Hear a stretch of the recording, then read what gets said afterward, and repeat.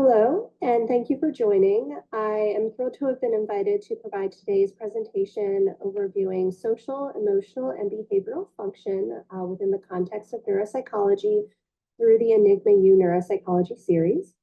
My name is Kristen Hoskinson. I am a licensed pediatric neuropsychologist and researcher at Nationwide Children's Hospital in Columbus, Ohio, USA. And this presentation was recorded on January 15th, 2024. I have no conflicts to discuss. So my goals for today, I'm going to start by providing some basic definitions of social function, emotion, and behavior, particularly in light of how we view these through the lens of a neuropsychologist. I'm going to then discuss how we think about these factors when we're looking at ways to measure them, and then finally wind with just a brief comment on how these emerge in clinical practice. So starting off with some basic definitions, I start off by thinking about social function because I really view this as the larger context in which emotion and behavior manifest. Social function has a number of different specific definitions across contributors to the literature, but I like this definition that was put out in the mid-1990s by Crick and Dodge: the degree to which an individual engages in competent social behavior and adapts to the immediate social context. And the reason I really like this definition is because I think it really captures the complexity and the nuance of social function. And it seems to, in fact, go a little bit beyond just talking about social skills, because really we're pulling in engaging in competent behavior. So there's a behavioral lens, and adapting to the context, which certainly could also be behavioral, but might also be in managing one's own response, even an emotional response to the context. And so when we think about social function as an entity, pretty quickly we end up thinking about it within a broader lens. So how does that also lead to potential pulls at emotions, at affective response? And then how do those combine to impact behavioral response or behavioral regulation? And it's really apparent very quickly when we think about these domains that they're really not isolated independent domains at all, but rather are very much integrated and reciprocal in how they impact one another. So not just going from social function to emotional function, but also the reverse. You can imagine that someone who is very emotionally labile and kind of swings wildly in emotions may have some difficulties with social function that are a result of that emotional lability. And in turn, there might be that feedback loop where then that emotional lability gets reinforced because of the distressiness of that social environment. But in order to get slightly more in the weeds of what I really mean by social function, this is one's ability to appreciate social cues, to be able to take social perspectives. So appreciating that a peer may have a very different impression of a situation or response to a situation outside of oneself. It's a concept that's otherwise known as theory of mind. One's ability to resolve conflict or negotiate conflict, and engage in social problem solving. And these are a number of topics that were also mirrored in the earlier presentation on social cognition. Emotional function is, again, multifaceted. So it includes emotional awareness or emotional knowledge. And that's just recognizing, do I know what I am in fact feeling at this moment? Do I experience it as positive versus negative, in strong versus tempered? One's ability to then appropriately express that emotion, and that's, again, very contextual. One's ability to regulate that emotion if needed, and then one's ability to kind of manage their own affect. And then on the other side, behavioral function. So that includes things like one's ability to attend and really perceive what's going on in the environment, one's ability to self-regulate or control their own either emotions or behavior, their own body and space, impulsivity, and then on the farther end of the spectrum, things like aggressive or violent behavior. So we know that the impact of social function, and thinking back to this series on psychopathology or clinical disorders, one kind of key hallmark feature across different types of psychopathology is an impact on social function. So this is kind of that downstream consequence of a psychopathology or a mental health condition that then leads to consequences in the social realm that it then again then can go back and kind of reciprocally exacerbate that psychopathology. It shows up in a lot of different ways. So social function can be observed in one's social participation or being included in activities, seeking out interpersonal relationships and maintaining reciprocal friendships, and then managing conflict or cohesion with peers. And that again can show up as either a positive of one's social functioning or a negative. And as we just discussed, that then bleeds down to creating changes in these other domains, no longer completely separate entities, but overlapping constructs in kind of a Venn diagram of psychosocial function. It can show up as changes in affect, so failure to kind of excel in a social environment can cause increasing anxiety, increasing isolation or sadness, and also to changes in behavior. So it may cause one to become irritable, to become aggressive. So both of those downstream consequences of social function can show up in affect and behavior in ways that then can feed in to social function. So for instance, if you are, let's say, a child who has difficulty with increasing negative emotion when they're left out of an activity by friends, and that causes them to become irritable, that's not really behavior that's going to cause those friends to think about inviting them next time. So there's that kind of circular function.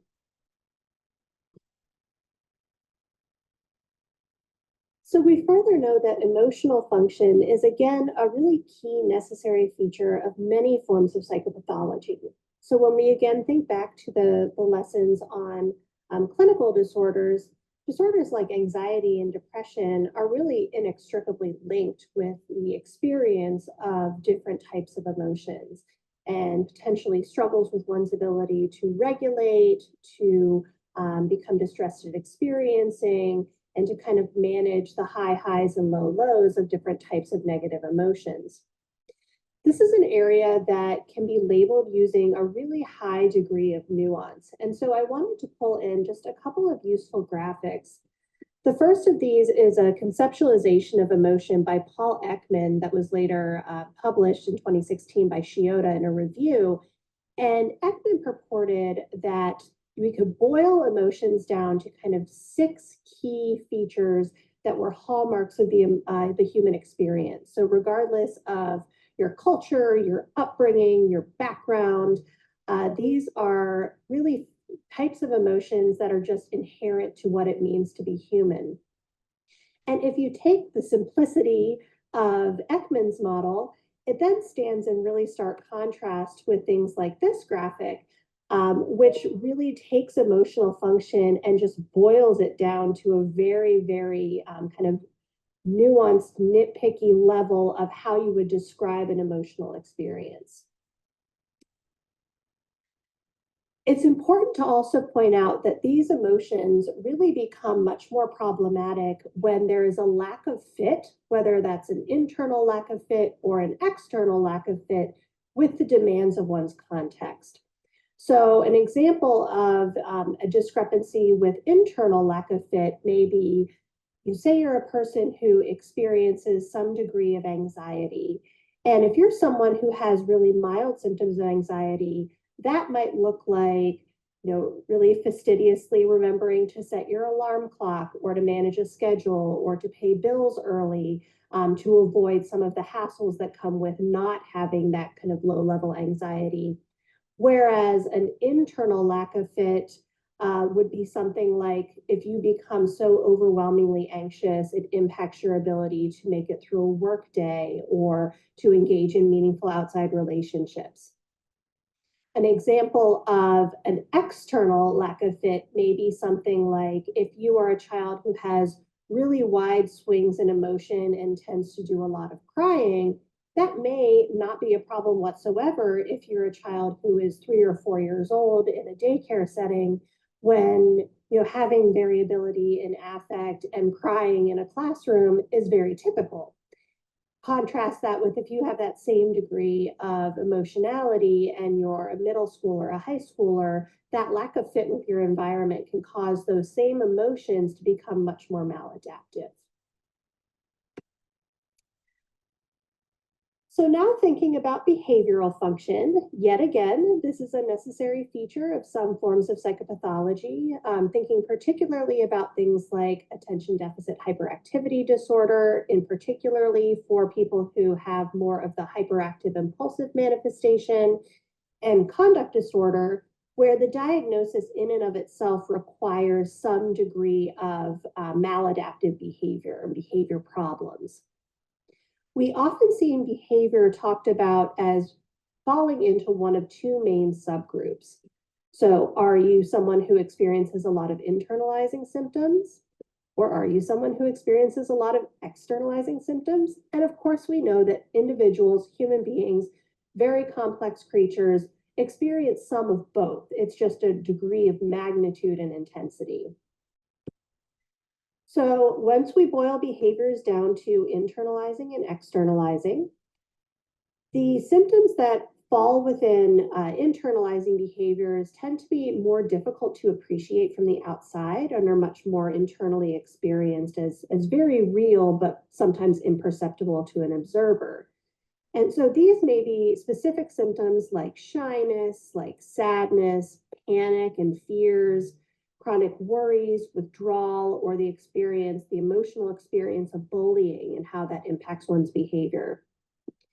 On the flip side, externalizing behaviors are much more visibly obvious in the environment and include things like rule-breaking behaviors, theft or tantrums, defiant behaviors that can escalate to harm or physical violence, hyperactivity, and some of the classic repetitive or compulsive behaviors we think of with obsessive compulsive disorder.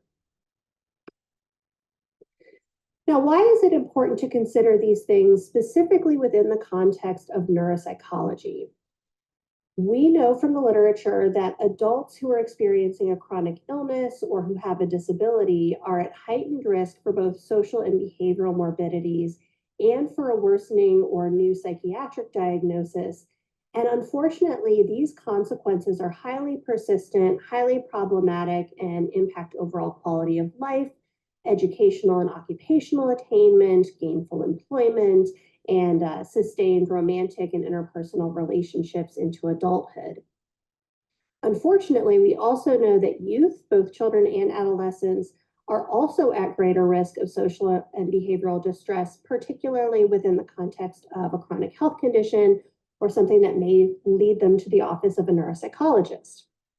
So an example of this is a nice summary table from a meta-analysis produced by Martinez and colleagues in 2011.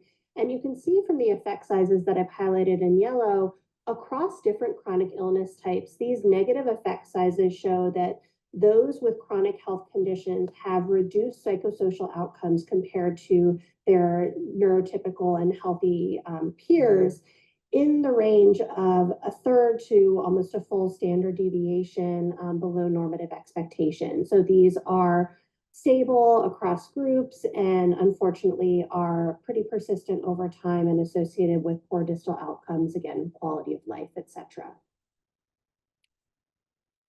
So what does this mean in terms of measurement? How are we actually looking at measuring, quantifying these different factors in our clinical practice, in our assessments? And I'm going to gloss over just the first few and spend a little bit more time towards the bottom of the list, just because things like diagnostic interviews, so SKIDs or KSADs, things that are very heavily DSM-based, that are done in an interview format, are really more so under the purview of people who do more kind of clinical child, clinical adult, psychiatric evaluations as opposed to neuropsych per se. And we're likely covered in some of the content from the section on clinical disorders. Similarly, psychiatric inventories like the Milan and the MMPI just typically don't fall within the usual care purview of a neuropsychologist, but are commonly employed in those who see more classically psychiatric populations. I did want to just comment on something that we encounter a bit in pediatric neuropsychology, which is a functional behavior assessment. This is something that generally happens within the school setting and is a way to kind of get at the root of problem behaviors that manifest in a group setting, in a classroom, in interactions with peer groups, or within the context of kind of the rules of a school environment. And so this is an observational process that's usually managed by the IEP team or the school psychologist, where they're observing what are the antecedents leading up to a particular behavior, and then what are the consequences, to try to get down to kind of the nitty gritty of what is reinforcing this problematic behavior to try to kind of head it off at the pass. I'm going to spend a bit more time in the next few slides talking about what we more typically encounter in kind of the classic setting of a neuropsychologist.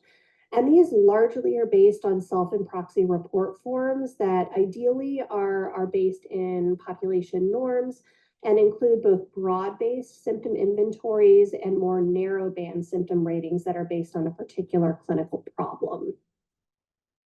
So I provided just a couple of slides that provide some common measures we might encounter and what they're kind of appropriate for. I want to make sure it's very clear that this is not an exhaustive list. These are just some of the more common ones that we may encounter in things like outpatient evaluations, but certainly there are a number of other measures that are available, particularly screening-based measures that can be very useful, especially if you're a neuropsychologist who's working in more of a clinic setting when time is very much of the essence. For those of you who are potentially interested in the world of pediatrics, there are a couple common, really broad-based measures of emotional, behavioral, and social function. So particularly the child behavior checklist and the behavior assessment system for children are two more exhaustive measures. They are quite long. One key difference is that it's kind of a misnomer. The child behavior checklist is one of the forms subsumed over the larger battery of the ACEBA measures. And so there are different forms that were normed back in the early 2000s, but are appropriate across different forms for age 1.5 through older adults. And I've listed which forms are available, both self-report measures for those who are at least 11 years of age and older. A nice thing about the ACEBA series is that there is an adult proxy report for both young adults and older adults, which is something that is missing for some of the other measures. So you have the ability to get another person's perspective on things like behavior and kind of emotion lability, where you might be worried about something like degree of insight of the person being assessed.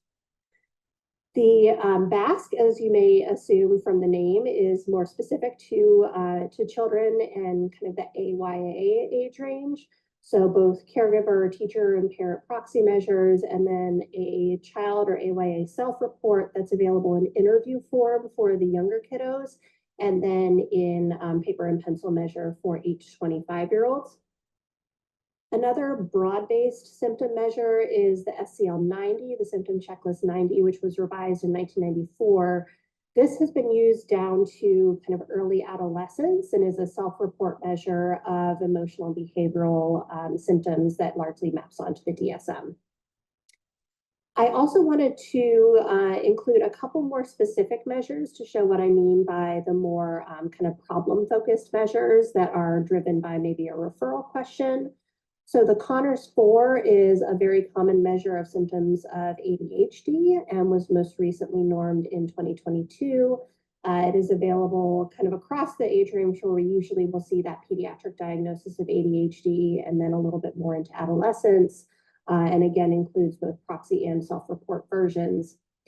And then for adolescents and into adults, the Beck inventory, so both the Beck anxiety inventory and the Beck depression inventory are self-report measures of symptoms of anxiety and depression that, again, have been used down to adolescents, but are more geared towards that particular problem, that referral that might bring them to your office.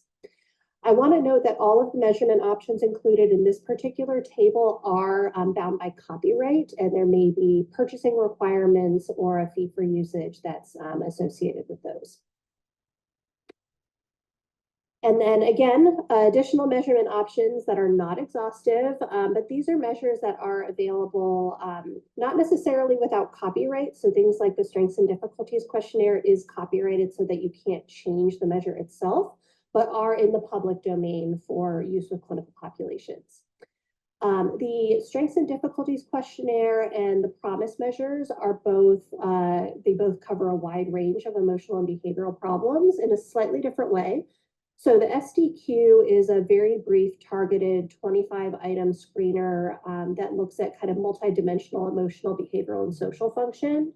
It is for use with children, so ages 2 to 17, and there is both a parent proxy and a self-report version for kind of early adolescents through 17-year-olds. In contrast, the PROMIS measures, I think, are very nice because they fall within the NIH common data elements.